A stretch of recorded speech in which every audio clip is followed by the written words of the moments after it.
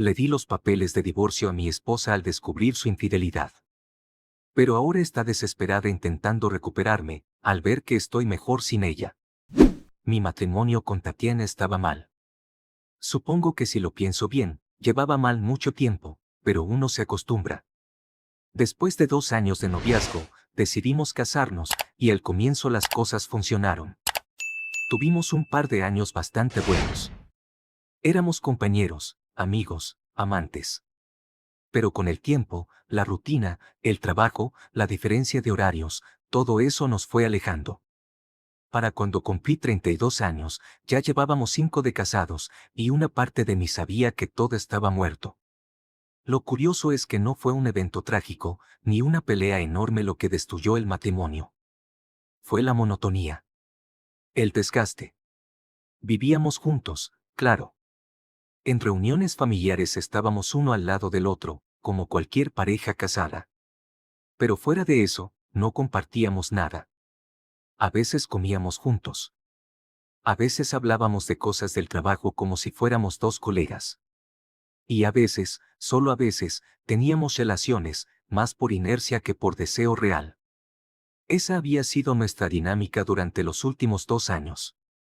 Yo enfocado en mis cosas, ella en las suyas. Cuando finalmente me di cuenta de lo estancados que estábamos, traté de hablar con ella.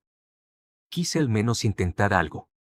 Le dije que sentía que nos estábamos alejando, que no éramos los mismos, que deberíamos hacer algo al respecto.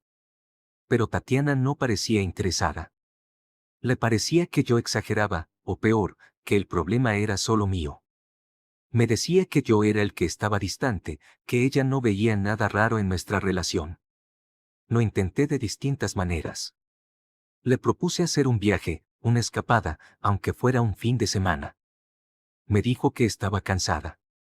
Le hablé de salir a cenar, de reconectarnos. Accedía, a veces, pero cuando íbamos a cenar, se quedaba mirando el celular todo el tiempo.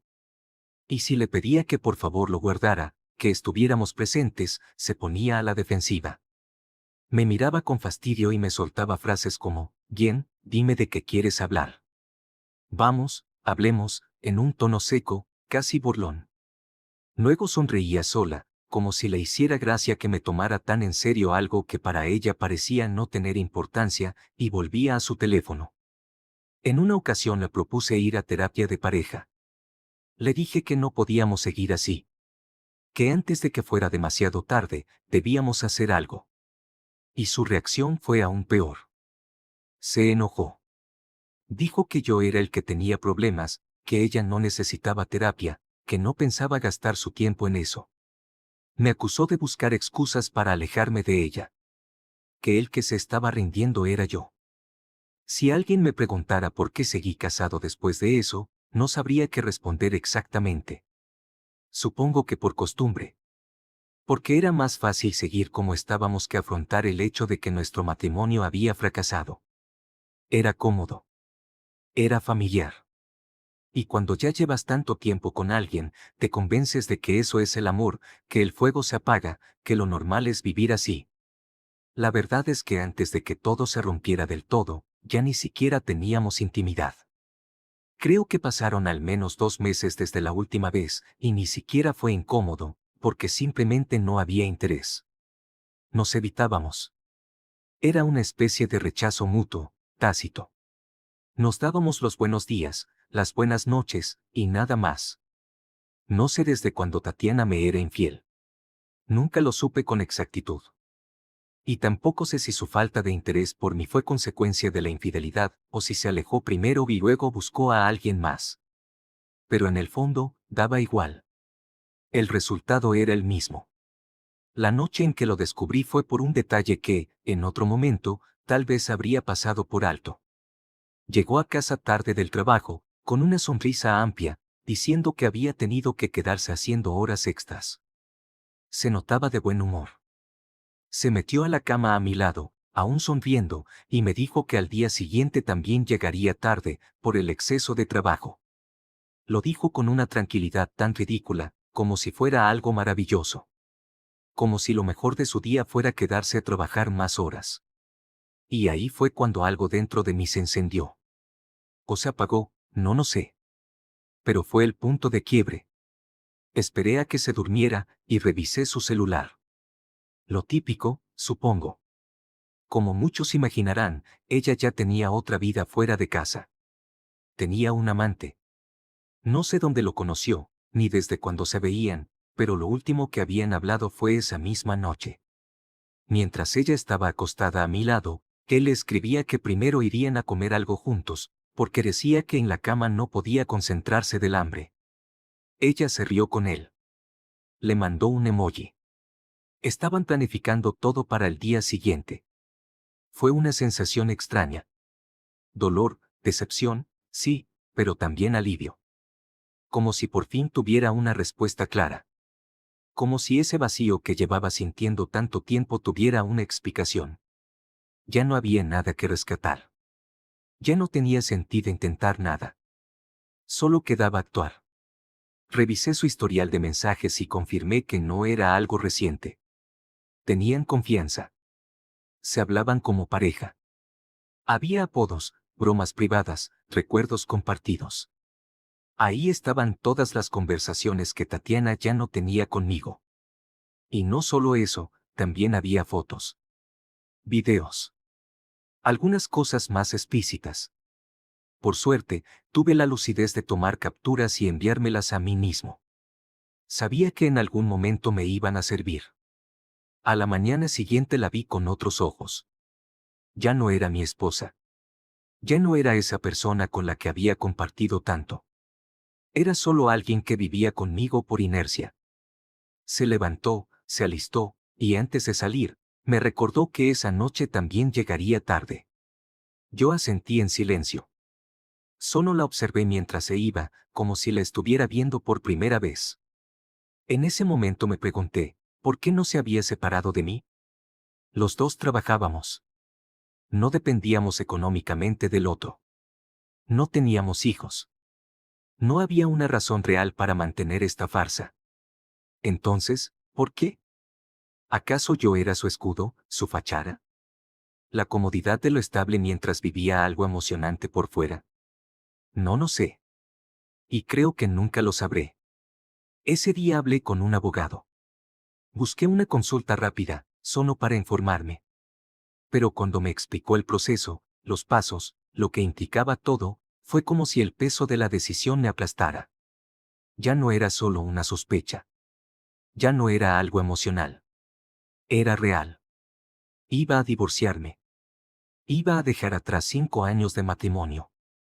Iniciamos con los papeles. Pero la verdad es que me sentía mal. No tenía ganas de volver a casa. No quería verla. No quería fingir. Así que después de salir del despacho del abogado, decidí pasar por la casa de Raquel. Raquel era una de mis mejores amigas. Nos conocíamos desde la escuela, y aunque siempre hubo una confianza enorme entre nosotros, nunca pasó nada más allá de eso. Era como una constante en mi vida, una persona que siempre estuvo ahí, incluso cuando muchos otros desaparecieron. Ella nunca se casó, vivía sola, y a veces nos reuníamos con el grupo de amigos a pasar el rato, tomar algo o simplemente conversar. Cuando fui a verla aquella noche, me recibió con una sonrisa tranquila. No tuve que decirle mucho para que entendiera que algo andaba mal. Me ofreció algo de tomar, se sentó frente a mí, y me dijo que hablara cuando quisiera. No lo forcé, pero necesitaba sacarlo. Le conté lo que había descubierto en el celular de Tatiana, pero también le hablé de cómo todo se había deteriorado desde mucho antes. Que ya ni siquiera era capaz de decir que amaba a Tatiana. Que me dolía más el fracaso que la traición. Raquel me escuchó sin interrumpirme. Cuando terminé de hablar, se sentó a mi lado y me abrazó. Fue un gesto simple, pero que me hizo sentir acompañado, contenido. Al final, cuando ya estaba por irme, me dio un beso en la comisura de los labios. Fue apenas un roce, pero suficiente para que notara que estaba conteniéndose. Entonces me dijo que, aunque sabía que no era el mejor momento, no podía seguir guardando celo. Que estaba enamorada de mí desde siempre, pero que nunca quiso meterse en mi matrimonio, por eso jamás dijo nada. Me aclaró que no me lo decía para presionarme, y que pasara lo que pasara, podía contar con ella. Salí de su casa con una sensación distinta. No era felicidad, ni alivio exactamente, pero sí algo más liviano de lo que había sentido en meses. Era como si, por primera vez en mucho tiempo, diera una salida. Como dije antes, yo ya sabía que el matrimonio estaba acabado. Lo supe incluso antes de ver los mensajes. Solo que ahora tenía la confirmación. El divorcio no era una tragedia, sino el inicio de una nueva etapa. Un paso necesario. Esa noche llegué tarde a casa, y no encontré a Tatiana. Pero lejos de molestarme, lo tomé como la confirmación que necesitaba. Ya no había ninguna razón para quedarme. En los días que siguieron me concentré en mí. Me preocupé por mi aspecto, me compré ropa nueva, volví al gimnasio, y comencé a buscar un departamento. No tenía sentido seguir compartiendo techo con Tatiana mientras tramitábamos el divorcio. El lugar donde vivíamos lo venderíamos más adelante y repartiríamos lo que correspondiera. Ella podría ser feliz con su amante, y yo, quién sabe, quizá podría intentar algo con Raquel. Volví a salir con amigos, incluido el viejo grupo. Raquel y yo pasábamos más tiempo juntos. En una ocasión, caminamos por la costanera tomados del brazo, charlando como si nada malo hubiera pasado. Esa simple caminata fue suficiente para levantarme el ánimo durante varios días. Me sentía mejor. Más liviano. Más vivo. Tanto así, que una noche Tatiana me miró con curiosidad y me preguntó si algo bueno me había pasado. Que me veía sonriente, distinto. Me sorprendió que se diera cuenta. Pensé que ya ni me registraba. Le respondí que simplemente sentía que se venían buenos tiempos. Ella se quedó en silencio unos segundos, mirándome con cara de confusión, como si no entendiera lo que estaba pasando. Pero no dije más. No era necesario. Una semana después tuve los papeles listos para iniciar formalmente el divorcio.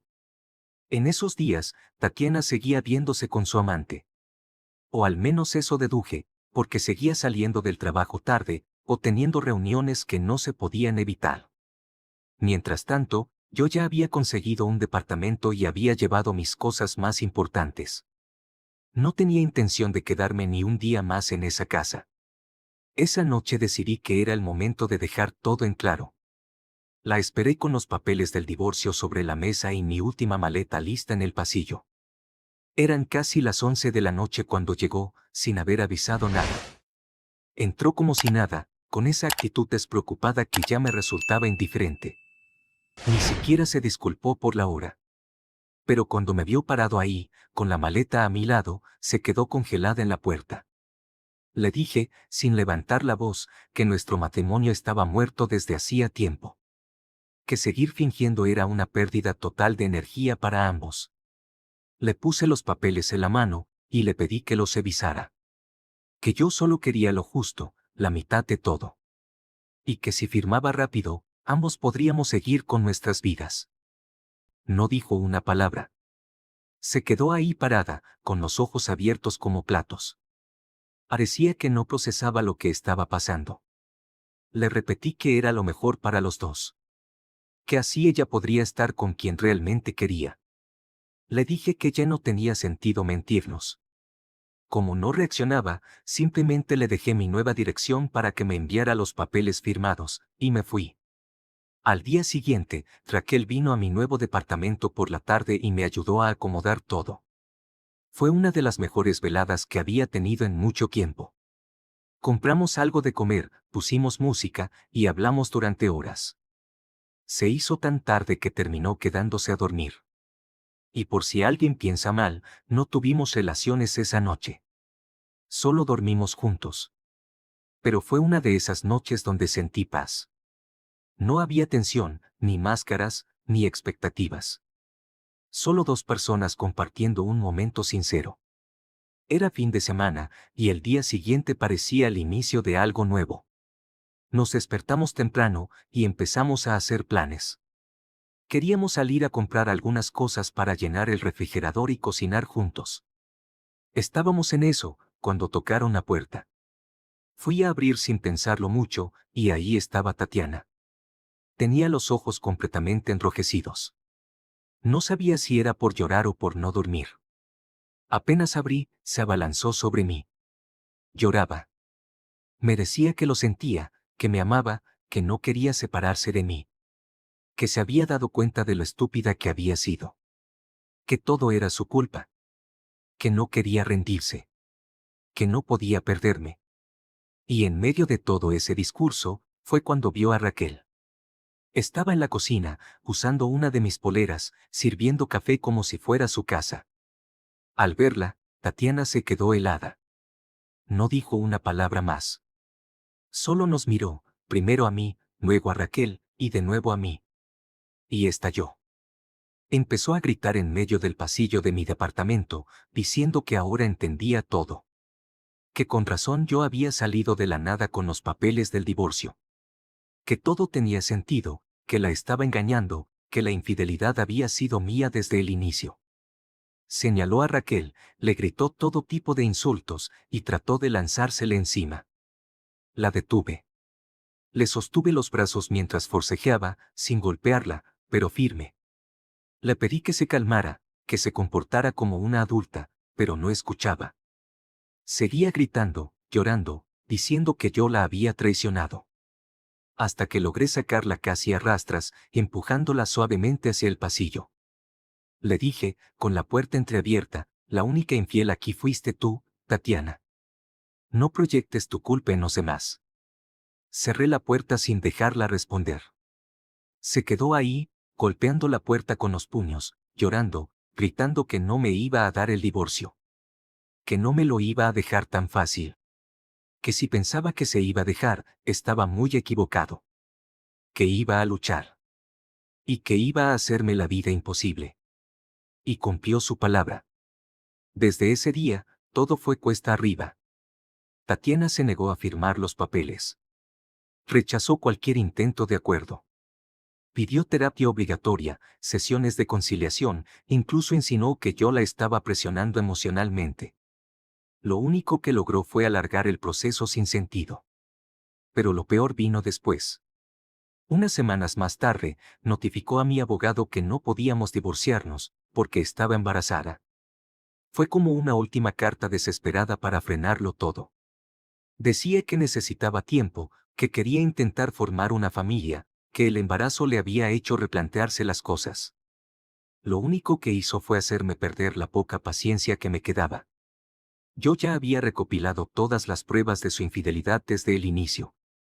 Así que tomé esa carpeta y se la envié a su familia, a sus padres, a su hermana, incluso a su tía, con quien siempre había tenido buena relación.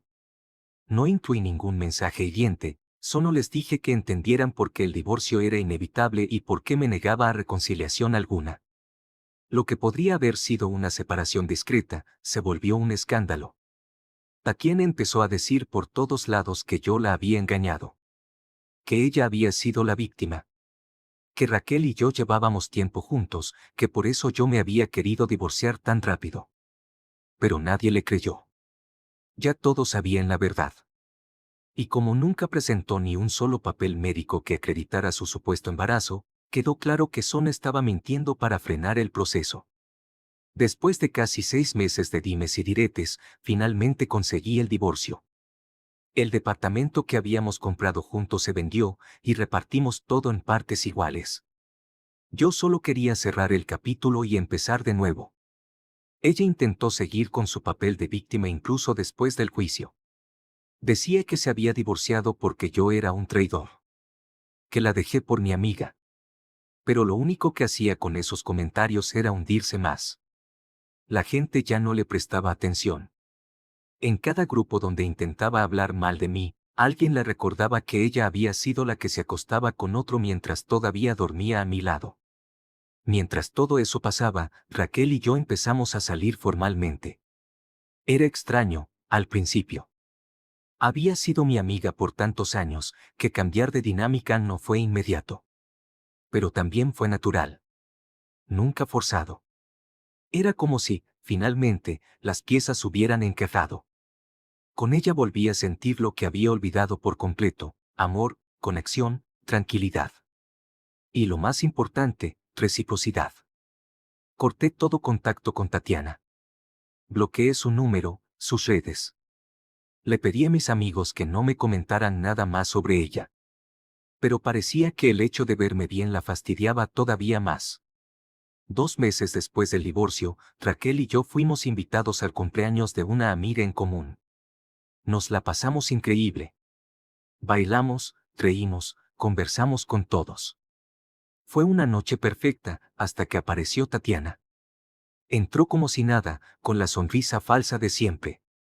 Pero apenas nos vio, nos señaló frente a todos y empezó a gritar que no podía entender cómo la gente podía permitir que un par de infieles estuvieran allí, como si nada. Dijo que nosotros éramos los culpables de todo, que nadie nos decía nada por miedo, pero que ella iba a poner las cosas en su lugar. Pero la cumpleañera no tenía ninguna intención de soportar ese espectáculo. Se acercó, la enfrentó, y la sacó de la casa de empujones, gritándole: «Zorra asquerosa, lárgate y no vuelvas más». Fue incómodo, pero también fue un cierre perfecto. Nadie más dijo nada. Tatiana se fue, y la fiesta siguió como si no hubiera pasado nada. Raquel y yo llevamos 6 meses juntos ahora. Y, honestamente, ha sido la mejor etapa de mi vida en mucho tiempo. Me siento querido, en paz, acompañado. No sé qué fue de Tatiana después de eso. Ni me interesa. Por primera vez en años, me siento vivo. Me siento amado. Y no necesito nada más.